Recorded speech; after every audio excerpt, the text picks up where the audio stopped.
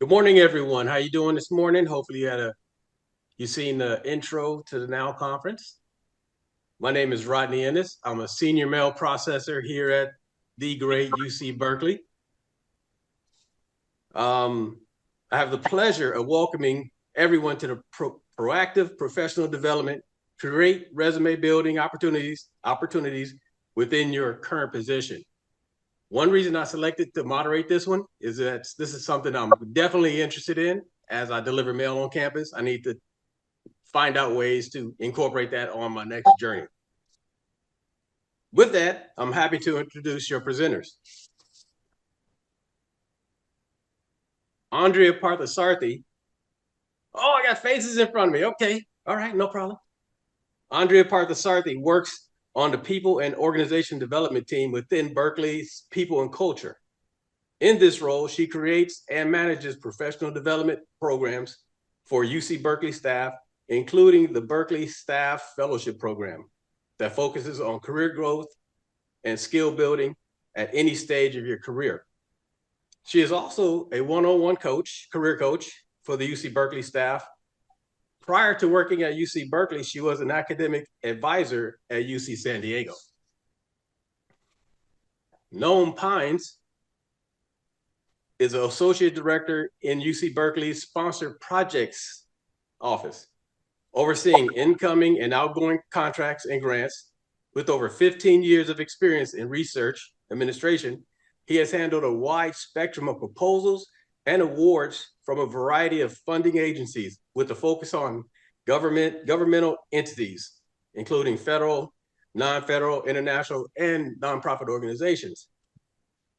Unlike the presidential candidates, he holds a master's degree in international affairs and has served as a professional committees and has served, on professional committees for the National Council of University Research Administrators, NCORA.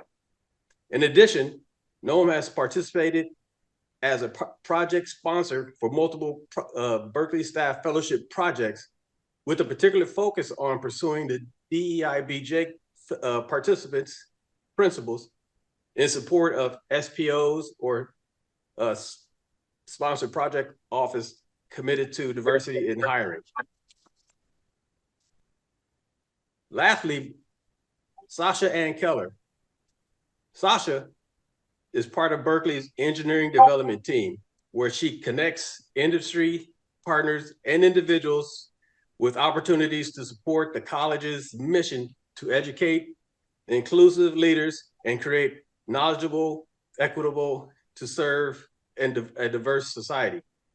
She recently made a shift into fundraising after 20 plus years in communications and donor relations, thanks in part to the experience she gained through a stretch assignment via the Berkeley Staff Fellowship Program. Keep that in mind, y'all, Berkeley Staff Fellowship Program. With that, I'm gonna turn it over to Andrea Parthasarathy. Awesome, thank you so much, Rodney. Let me share my screen here. And thank you, Rodney, for the introduction. So like Rodney said, my name is Andrea Parthasarathy. I am here today with Noam Pines, and we have a recording of Sasha Keller joining us. Unfortunately, she couldn't join us live today for our session on proactive professional development, creating resume building opportunities within your current position. And Rodney did a fabulous job of introducing us. But one thing that I want to note here is that Noam and Sasha and I all have really different positions across campus. We're working in different departments, but we have some interesting intersecting experiences as it relates to professional development, because we have all engaged with the UC Berkeley Staff Fellowship Program. So in my role, I am the Staff Fellowship Program Manager. I'm advising on the creation of these fellowship opportunities. Sasha has participated in this program as a fellow, and Noam has been a project sponsor offering these types of learning opportunities for other staff on campus. So throughout our session today, we're going to be making some references to the UC Berkeley Staff Fellowship Program, but we're also going to be focusing on some broader themes of professional development that could be done by any employee on any campus. And again, like I noted, it's unfortunate Sasha couldn't join us live today. We have some recordings for her contributions to the session where she's going to be talking about her experiences doing this work. So with all of that in mind, today we're going to be talking about planning for professional development, being intentional about what we're doing and why we're doing it.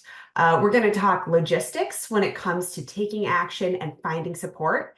And we'll talk about some of the benefits and opportunities that this kind of professional development generates, and some roadblocks that you might encounter and how to plan ahead and mitigate those challenges.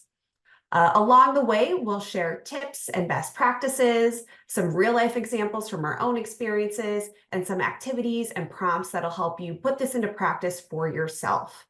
And then one thing that I want to ask y'all right now, if you have any questions as we're going through our session, please use that Q&A box on Zoom to submit those questions. Sometimes things can get lost in the chat, so just use that Q&A function. We're going to try and answer as many questions as we can before the end of our session today. All right. So as we're getting started with this content, one thing that I want... Oh, was there someone there? One thing I want to prompt you to think about is that professional development can take many different forms. So for instance, there's social learning, like going to a conference, which you're all engaging in right now, or being part of a staff organization.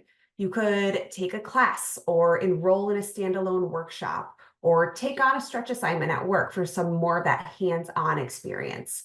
So there's many, many different types of learning experiences. And we all have different preferences and ways of learning that's a better fit for each of us. So for example, I see a lot of self-paced online courses that sound great, but I know that I really struggle in that self-paced environment. So I need some accountability of being in a group setting if I want to take my learning the farthest. So that's one consideration, is what is our learning style? What works best for us and how we take in information and learn new things. But another thing to consider is, what are our goals? Because it's possible that certain goals are going to require a specific approach. So maybe you need to get a certification in order to do a certain kind of work, or you need some hands-on experience in order to be able to speak about it in a job interview. So this is something that I always encourage staff to be intentional about when it comes to mapping out your own professional development. Through the UC system, there are a lot of professional learning and growth opportunities. So as you're thinking about how you want to invest your time and energy into this learning, think about if there's a specific type of professional development that might work best for what you want to accomplish. But for the purposes of our session today, we are more specifically going to be talking about stretch assignments as professional development. So before I go any further, let's talk about, what is a stretch assignment? Here we're saying that a stretch assignment is referring to a task or a project that's given to an employee that is beyond their current skill level or comfort zone. So that's where that stretch comes in. And this has the intention of helping them to develop new skills, gain experience, and grow professionally. So this generally means that you're taking on some sort of extra work outside of what is written in your job description. So you're taking the lead on a project, you're joining a team to work on a new initiative, joining a committee, or taking on a leadership role in a staff organization on campus. It could look like a lot of different things. But the aim of a stretch assignment is to challenge yourself by placing yourself in a position where you have to learn and adapt quickly in order to succeed. And this is that hands-on kind of learning experience that I talked about earlier. And while extra work is not always the most appealing, there are a lot of reasons why you might take on this challenge. Many people express that their preferred learning style is that hands-on approach, or learning through doing. So when you're taking on a stretch assignment, while it might have some challenges, it could also be a really valuable learning opportunity that leads to some tangible professional development outcomes. You're gaining confidence, you're learning new skills, you're hopefully getting some sort of outcome or deliverable from this work that you could then put on your resume, talk about during a job interview, which could then lead to some career advancement. Or maybe the outcome is just that you're collaborating with new people and expanding your network. There's a lot of great opportunities that could come from taking on a stretch assignment. So with all of this background context that I have shared, I'm going to pass it over to Sasha and she's going to tie it back to her experience. Thank you so much, Andrea. I'm Sasha Keller, and I use she, her pronouns, and I want to thank all of you for being here today. I'm speaking about my experience as someone who imagined, developed, and completed a stretch assignment through the Berkeley Staff Fellowship Program. And I want to start with my why for working at Berkeley and for engaging in this project. I'm passionate about the power of philanthropy to accelerate excellence and innovation at the university, with a particular focus on providing equity and access for our first-generation college students and those from historically underrepresented backgrounds. And I've spent most of my career at UC Berkeley in fundraising and a series of both individual contributor roles and management roles that have been adjacent to direct fundraising. My what for this professional development opportunity was a desire to explore a career shift within the broader field of philanthropy, from the communications and donor relations space to direct fundraising.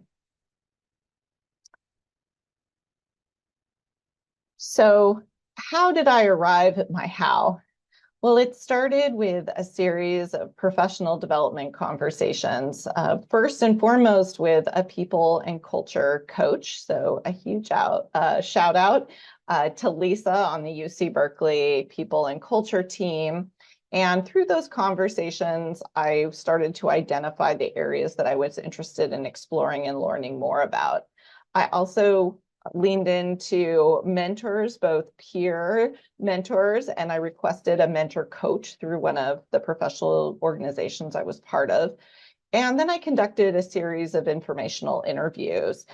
These were people who I'd identified in roles that were interesting, people I highly respected in the field.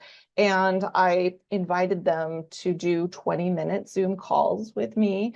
I wanted to ask them a few open-ended questions, such as, what do you think is the top, or what are the top 2 skills for your work? If you were starting out again, what advice would you give yourself or someone in my position? And I found a lot of opportunity in these conversations and in the process.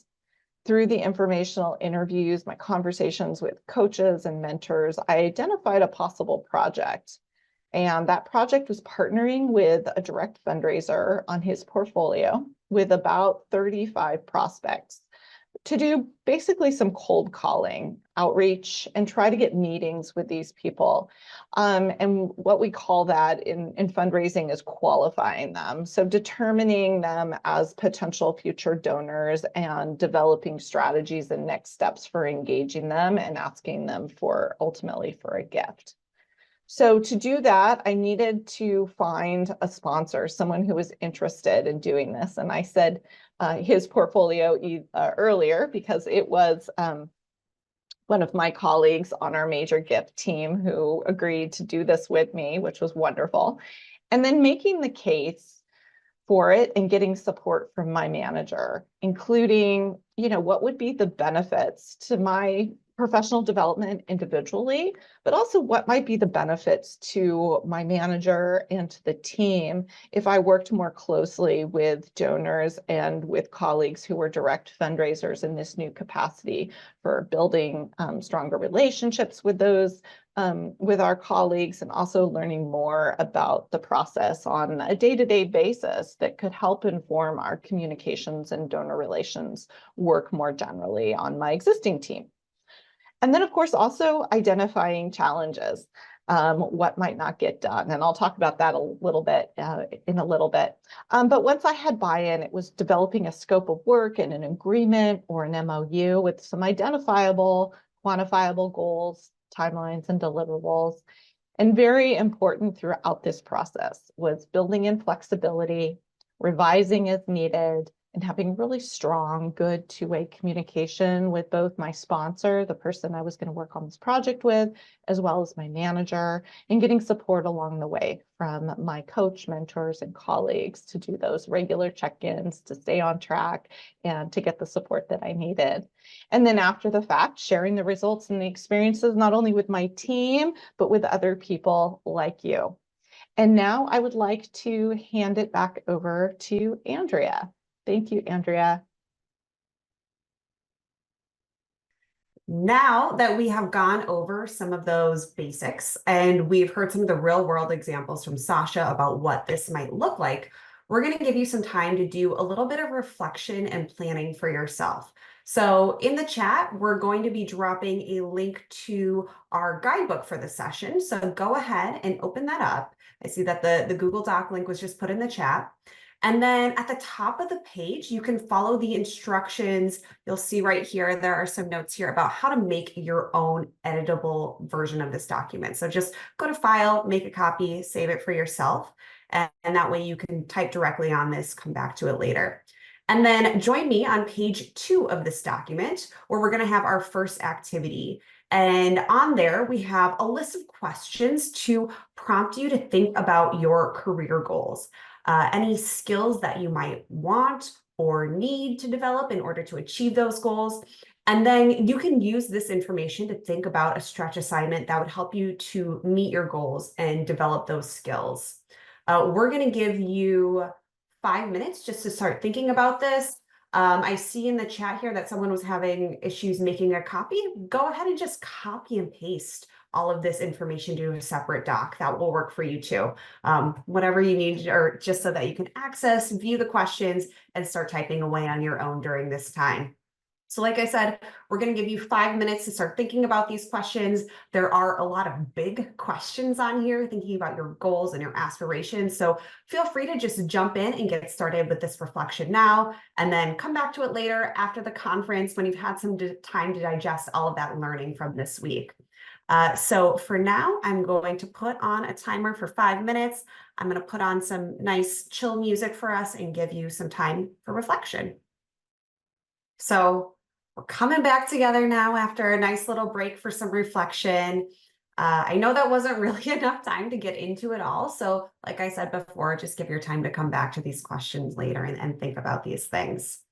But we are going to move on now to what comes next after you have identified the kind of stretch assignment that's a good fit for you and your goals. That next step is to start taking action to make it happen. And in order to do that, you'll need to get some support. So first, one good thing to do is lean on any pre-existing policy.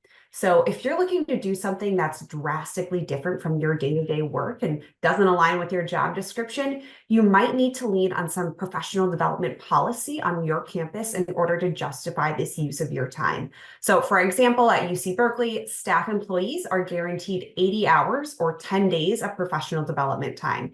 So there might be some similar policies on your campus that would help you to justify that use of time so that you can do this additional work during the course of your regular workday. It might also be helpful to find some pre-existing resources or programs to help give some structure to your stretch assignment. So at UC Berkeley, we have the staff fellowship program that Sasha and Noam and I all have been involved with. Or if that stretch assignment is something like joining the leadership team of a staff organization, like there's probably already some structure to what that role and the requirements are going to be. So within the guidebook, we included links to the different learning and development offices on each campus within the UC system. So if you were looking for some of that campus support, those offices would be a good place to start. But one thing to note is that this organization level support might not even be necessary to make your stretch assignment happen, but it's a good thing to just be aware of and make use of if it applies to you. But on the other hand, the support that you will need in order to begin taking on a stretch assignment is the support of your manager. So like we discussed earlier, the very nature of a stretch assignment is that it is outside of the scope of your usual day-to-day work. So this is something that you should inform your manager about and get their buy-in and support to help you to commit to this growth experience and gain the most out of it. So when it comes to asking for support from your manager, we recommend drafting a plan in advance so that it's easy for them to say yes to supporting you through this work. So a few things that we recommend considering. First is to craft a clear and concise proposal outlining the stretch assignment, what it entails, and the value that it will bring. Having all of this in writing is really going to help to clarify and add some structure to what you're looking to do. You'll also want to highlight how this stretch assignment aligns with the organization's goals or your team goals, and how it aligns with your own personal professional development aspirations. This piece is really important when it comes to getting that buy-in and support from your manager. You'll just want to tie it back to what that value is going to bring at a broader scale. You'll also want to identify potential challenges and propose strategies to overcome them. This is going to show that you put some thought into the stretch assignment and that you'll be prepared for any challenges or setbacks that might arise, because let's be real, things don't always go according to plan. So having an idea in advance of how you're going to mitigate all of that is really going to help you in the long run. And then lastly, consider the timing of your request. Is now the right time for you to be taking on this extra work? Are there other time-intensive projects that need to take priority at the moment? And then consider the timing of when you're talking about this with your manager. Is there a particularly suitable moment to have this discussion, like during that performance review or a one-on-one meeting? So with all of this in mind about getting support, I'm going to pass it over to Sasha and then to Noam to share some insights from their experience. Thank you, Andrea. So I'd like to expand on some of the last points that I made earlier about taking action on the assignment, finding support, and making use of that support throughout the entire process. Now, when I identified my stretch assignment through the staff fellowship, I had follow-up conversations with some of the people that I'd done informational interviews with initially, and to get some guidance on really tactical issues and questions I had. For example, could they share sample emails that they use to cold prospects? What was their cadence of outreach, such as did they start with an email, and how many days later did they typically do a phone call? So really, not only from my sponsor, but really sharing that opportunity to learn from a variety of people who had welcomed that I come back and let them know how things were going, with being mindful, of course, of their time. I scheduled check-ins with my people and culture coach, as well as my peer mentors through the Cal Women's Network. They helped prepare me, prepare my ask and my scope to share with my sponsor and my manager. I did a brainstorming pitch session with some peer mentors before talking to my manager, which was really helpful. Also, I developed a system, so really to get into the nitty-gritty, a system for tracking my time to ensure accountability and transparency with all, really to hold myself responsible and accountable, to block time on my calendar. It was usually Wednesday mornings from 9 to 11, with 9 to 9:30 with my project sponsor. And then from 9:30 to 11, I would do that outreach. And of course, follow up as donors responded, prospects responded to me throughout the week. And as I mentioned earlier, I needed to build in flexibility. I might do 1 to 2 hours of outreach one week. I might do 0 hours the next week. And maybe there was another week where I could do 3 or 4, fit in several times over the week. But I wanted to both be able to track the time comprehensively at the end and give myself flexibility that each week was going to look a little bit different based on my schedule and other factors. It was also very important that I had good communication with my manager about what wouldn't get done, either what wouldn't get done now or what might get done more slowly. And then front loading that support was a critical component to my success. You know, talking to all of those people in my network who knew about this assignment and were supporting me, and asking them, you know, could I call on you throughout, or could we do a quick 15-minute coffee check-in?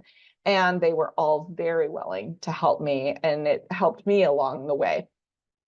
And of course, regular check-ins with my manager and the project sponsor. And now I'm going to turn it over to a project sponsor, over to Noam. Thanks. Well, thanks so much, Sasha. And thank you, Andrea, for inviting me to present. So I wanted to give you a little bit of a different perspective. As Andrea mentioned earlier, there's kind of 2 sides to the equation here with the staff fellowship program. So Sasha has spoken at length about what it's like to seek out an opportunity for yourself as a fellow in the program. And I wanted to talk a little bit about the project sponsor side of things, So just a quick word about Sponsored Projects Office for those who don't know. We are a central pre-award office on campus, so professors who are seeking extramural support for their research submit proposals through our office. And then on the flip side, when funding agencies grant awards to the university, we're responsible for reviewing, negotiating, and setting those awards up. All that being said, we were taking a look a few years back at the DEIB objectives of the office. And, frankly, just looking at some of the numbers and how they align with campus and recognizing that certain underrepresented groups, weren't getting as much representation as we would like within SPO. So all that being said, it was a kind of a really interesting moment and fortuitous because we were thinking about, how can we diversify our applicant pool and get people from all backgrounds in a good position when they come interview for jobs in our office. So the first move was to go talk with people and culture and just talk about the feasibility of what we had in mind. There's also, if those who are as old as me recall, there's a proposition within California, Prop 209, back from the mid to late 90s, which actually, for all intents and purposes, outlawed affirmative action within California. So you have to be pretty careful about how you are trying to reach your DEIB objectives, ensuring that an opportunity is available to all, while also being able to target specific goals, as they relate to underrepresented groups. So that conversation went well. Separate from that, there's also getting buy-in from leadership. So to sponsor a program like this, we needed the support of people above my level at both the executive director and assistant vice chancellor level, because this was also a use of our staff time. If we were going to bring in fellows to learn about what Sponsored Projects Office is about, we had to think about how to use our own staff members' time in assisting those fellows. So where we landed is 2 project sponsors. I'm one, obviously. Joyce So, a colleague of mine who's at the assistant director level. She helped me sponsor this.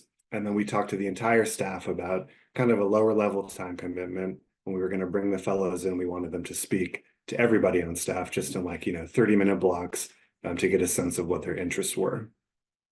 Another thing we put a lot of time into up front is, what are the different focus areas that we can try to get these fellows to spend their time on? So like I said, the main focus areas in the office are proposal submission, award negotiation and setup. We also issue what we call subawards to other collaborating institutions. So we wanted to put some time into where could fellows, put their energy and what were their interest areas. Then of course there were the logistics, writing the actual announcement, thinking about the timeline, disseminating it. That leads right into partnership. So with us, we're part of a larger research administration community. So the obvious audience was research administrators out in the departments and Berkeley Regional Services. But we also wanted to think about, who else might be interested in this opportunity. And that's where people and culture came in, clutch as well, because they have relationships established with different professional groups and kind of gave us some ideas about where to disseminate. And then lastly, there was just some very logistical issues of, depending on the number of applicants, how many fellows do we want to choose? Is it just going to be one? Is it going to be a cohort? And then what is the duration going to be? The recommendation for people in culture was 3 to 4 months. We came out of the gates with a 3-month plan, but I'll be talking a little bit later about how that experience went and some of the lessons learned. With that, I will pass it back to Andrea. Thanks, Noam. So great to have both of those perspectives from that fellow side and the project sponsor side. I also just want to note, I see a few questions coming in through the Q&A. We will absolutely get to those. We'll have some time at the end, but just keep them coming through as a question comes up. Totally welcome to submit those. All right, and so now we're going to go back to that guidebook for one more activity relating to creating a clear and concise proposal for that stretch assignment. This starts on page 3 of the guidebook. Well, it might be a little bit different now if you've been typing in this document yourself, but around this area, there is a table with a lot of different questions and pieces to reflect on. So again, I'm going to give you 5 minutes to take that stretch assignment that you identified earlier based on those reflection questions and begin mapping out some specifics. This includes an overview of your proposed project or stretch assignment. What are the objectives? Why do you want to do this work? Are there any deliverables or milestones that you can use to track your progress? What is the value of this learning experience, both for you and for your role on the team or within the organization? You can get clear on any support or resources that you might need. Think about any challenges or roadblocks that you might encounter and how you might mitigate those. And then what are the next steps and follow-up actions and communications that you can commit to? So again, there's a lot to consider here. We're going to give you 5 minutes just to dip your toe in, begin thinking about this. I'm going to turn that music back on and let you get to work. But with that, as we get to our last section of our time together today, we want to leave you with some of the benefits of why a stretch assignment can be so valuable to your professional development. And we'll also share some of the challenges that you might face that we recommend planning for in advance of taking on a stretch assignment. So first, the benefits. Taking on a stretch assignment is a really great way to develop your skills. So like we've been saying, this is that hands-on learning experience, which is one of the best ways to learn and practice and master new skills that might be outside of your current expertise. This type of professional development can also lead to career advancement as you talk about your accomplishments through your one-on-ones with your manager, or share about them on your resume or in a job interview or through your LinkedIn profile. It can also help to increase your confidence and your belief in your abilities to take on challenging tasks and try new things. A lot of times, stretch assignments force us to do some work outside of the teams that we typically work with. So this can provide a great opportunity for networking and meeting new people that can help support you in your career growth. Also, many stretch assignments can lead to recognition and visibility. By taking on a stretch assignment, you're demonstrating initiative and commitment, which can lead to increased recognition from supervisors and colleagues, which is always nice to have. And then a lot of times they'll keep you in mind for potential opportunities in the future. And then lastly, a stretch assignment can contribute to your overall job satisfaction if you're taking on work that interests you and gets you closer to achieving your professional goals. So those are some of the benefits that you might experience from taking on a stretch assignment. But like I mentioned before, you'll also want to do some careful planning in advance to ensure that you're having the best learning and development experience possible. So some of those challenges that you might want to plan for include time and workload. So it's important to make sure that you're going to be able to balance these additional responsibilities with your existing workloads and deadlines. Also, consider any skill gaps. Of course, you're going to be learning a lot through doing this work, but consider if there's any additional preparation that you might need to do in advance in order to be ready for the stretch assignment. So that might involve learning a specific piece of software or getting an understanding of any university policies that might impact your project, things like that. There's also the risk of failure, which is something that we want to plan for or mitigate. So think about the impact that might happen if you are unable to meet expectations or deadlines for this work, and then come up with a plan about how you might overcome those risks. Another one that comes up for us in higher education is resource constraints.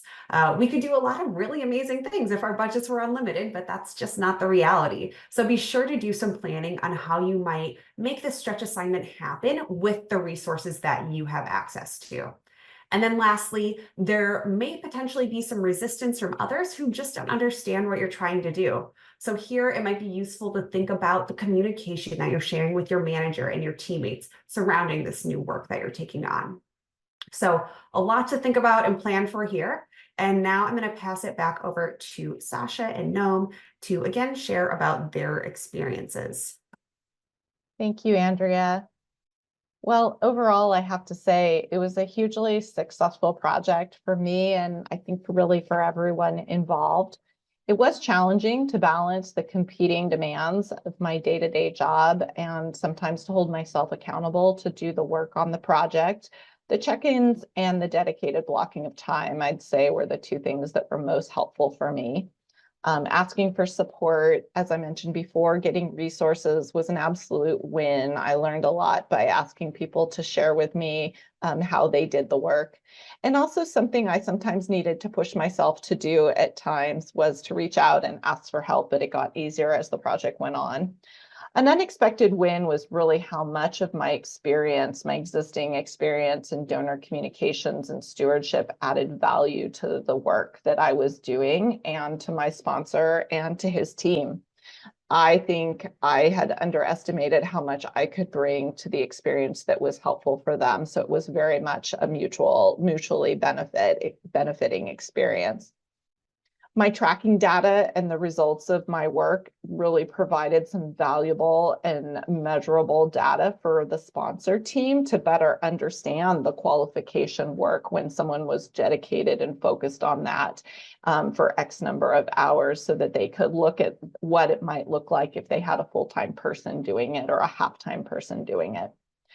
It really went so well those first 3 months that I took a short 3-week break. It coincided with a vacation. And then I did another 3-month fellowship 2.0 with another fundraiser. I continued to work on some of the donors and prospects from that first fellowship and then do some additional work.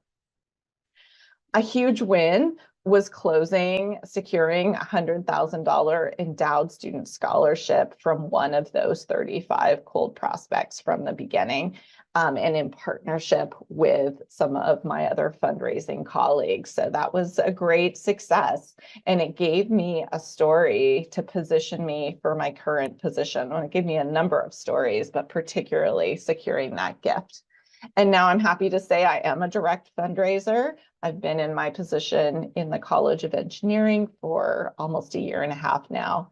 And being able to share my experience, no matter how far along you are in your career, to share that you can do this and you can challenge yourself, you can grow, you can learn something new.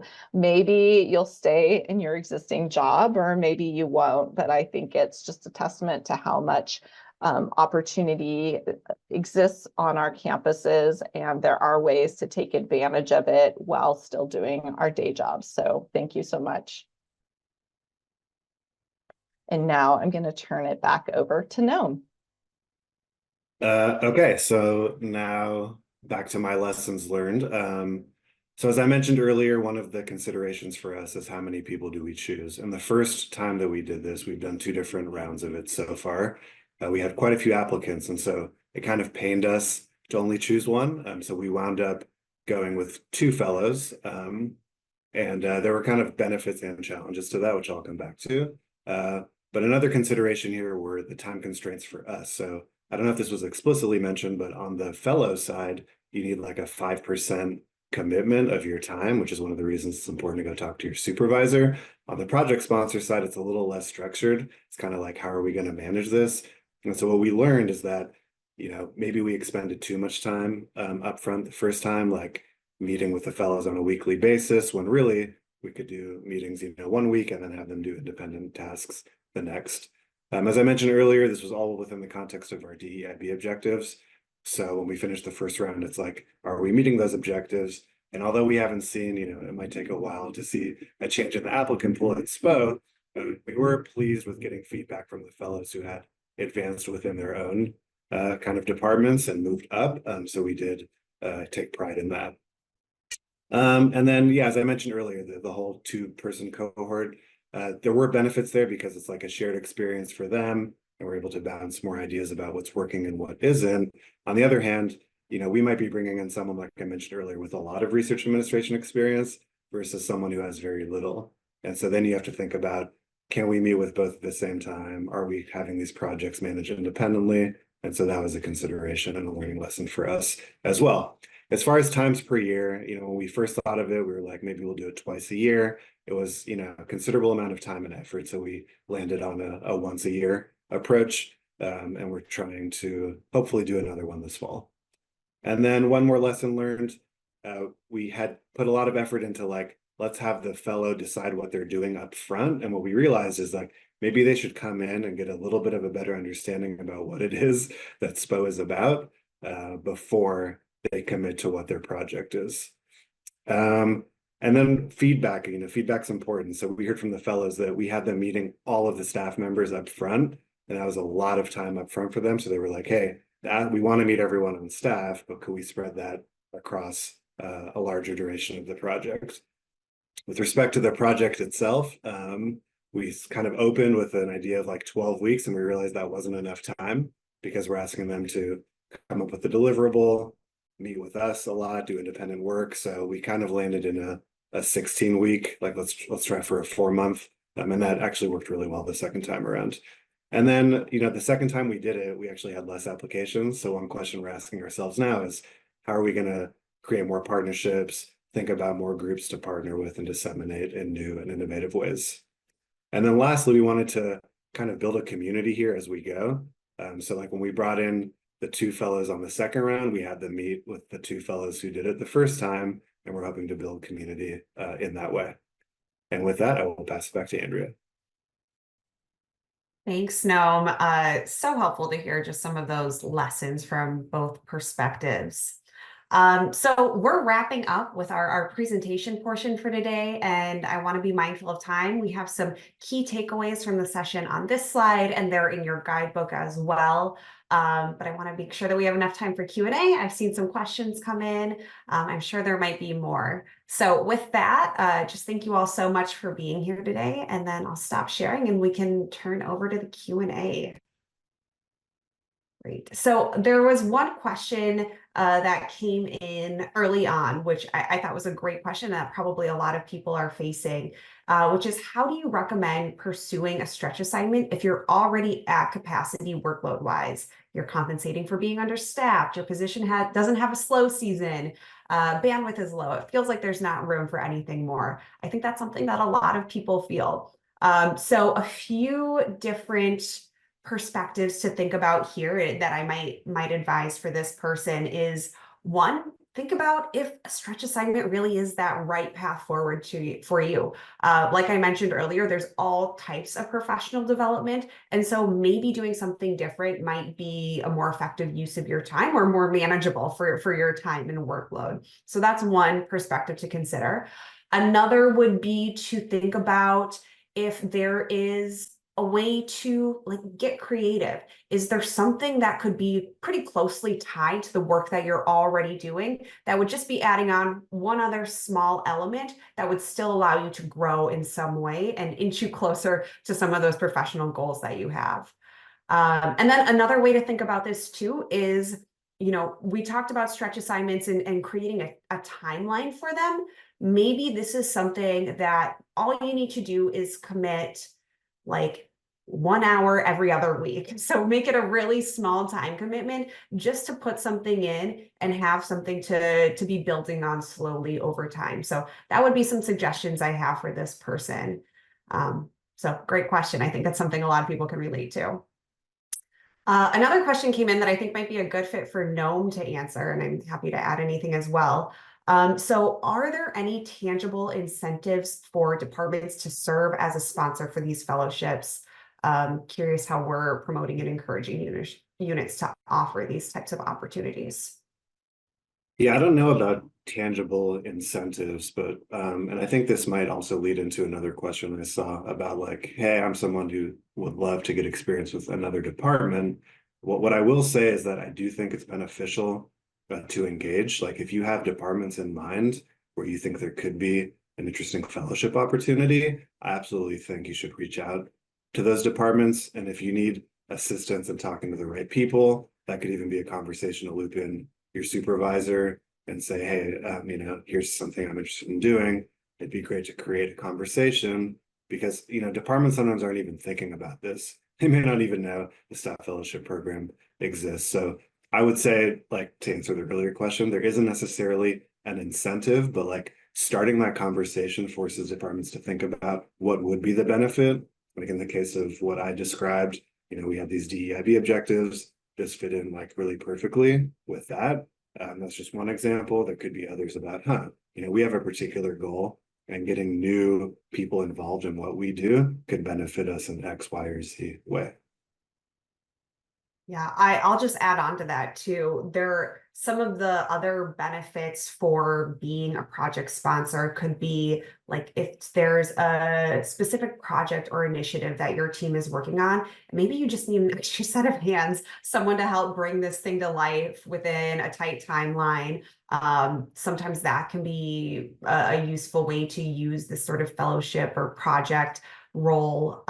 There's also the benefit of maybe you need a specific area of expertise. So one of our past fellowships was more related to they needed help updating their website content for a small program that doesn't have that type of web support typically in their department. They brought on someone else to help with that more technical and communication side of things. So there can be a lot of benefits for being a project sponsor. Also just, being a mentor. If you're someone who's at a later stage in their career and you're looking to help other people gain new skills and be a mentor to them, that's another great outcome that could come from being a project sponsor.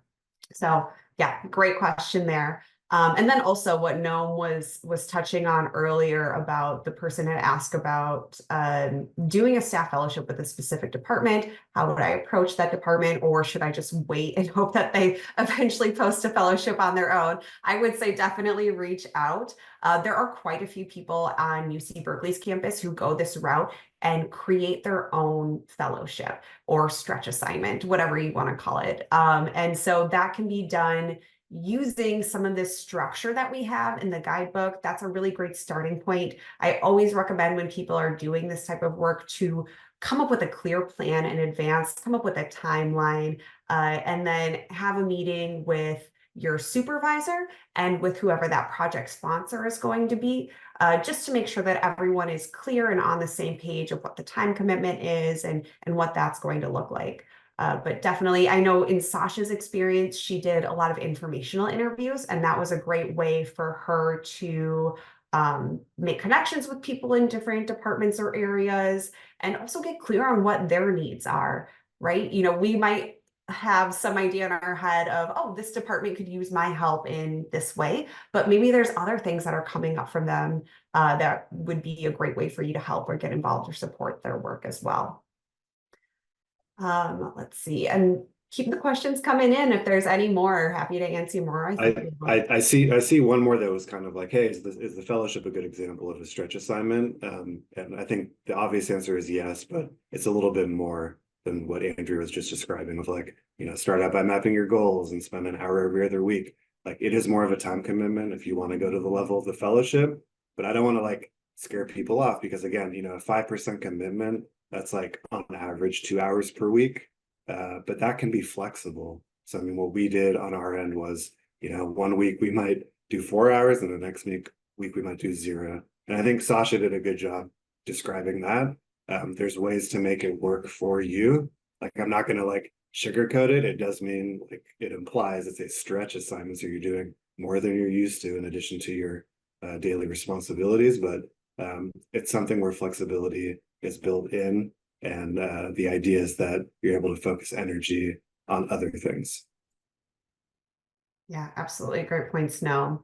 And yeah, the fellowship is one thing. Stretch assignments can be many different types of things. Working on a specific project or joining a staff organization can also be a stretch assignment in some ways. If you're taking on some leadership role and running those meetings or managing the communication for that group, that's another thing of a stretch assignment. It's anything that's outside of your typical what's in your job description. And so that can look like many, many different things. All right, those are all the questions we have in the Q&A now. I think we have time to answer 1 or 2 more, but if nothing else comes in, then we can wrap it up.